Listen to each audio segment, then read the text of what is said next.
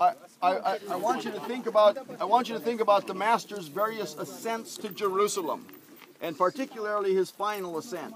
We'll pick that up in a little quieter place than this, but still, he's walking this way. He's walking this way. He's going up. He's going to be climbing the entire way up. He's accompanied by his 12 disciples. That last walk, more than just the 12 disciples, families are with them. This is the Nazareth community going up to Jerusalem for the Passover. I think he's probably teaching the whole way too. I mean, yeah. He's talking about things. I mean, I want you to imagine, you know, instead of this tender, gentle Savior, what do we have? You know, we have a picture of people who are hard, seasoned on the land. They can survive. They deal with things like this. There's all sorts of texts we should look at. You know, one of the Psalms of Ascent. I lift up my eyes to the hills. Where does my help come from?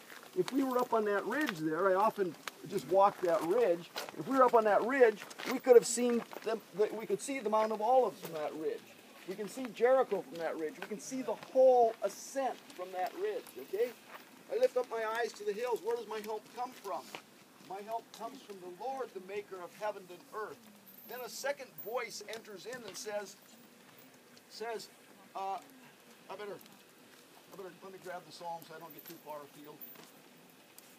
Psalms of Ascent. Sorry, folks. The Ascent is the Pilgrim Psalms for going up to Jerusalem. That's why he's bringing them up. So I think a second voice enters in, and it says, "May he not let your foot slip. May he not slumber, the one who watches over you." And then the first voice speaks again. "Indeed, the one who watches over Israel never slumbers, he never sleeps. The Lord watches over you. The Lord is your shade at your right hand. The sun will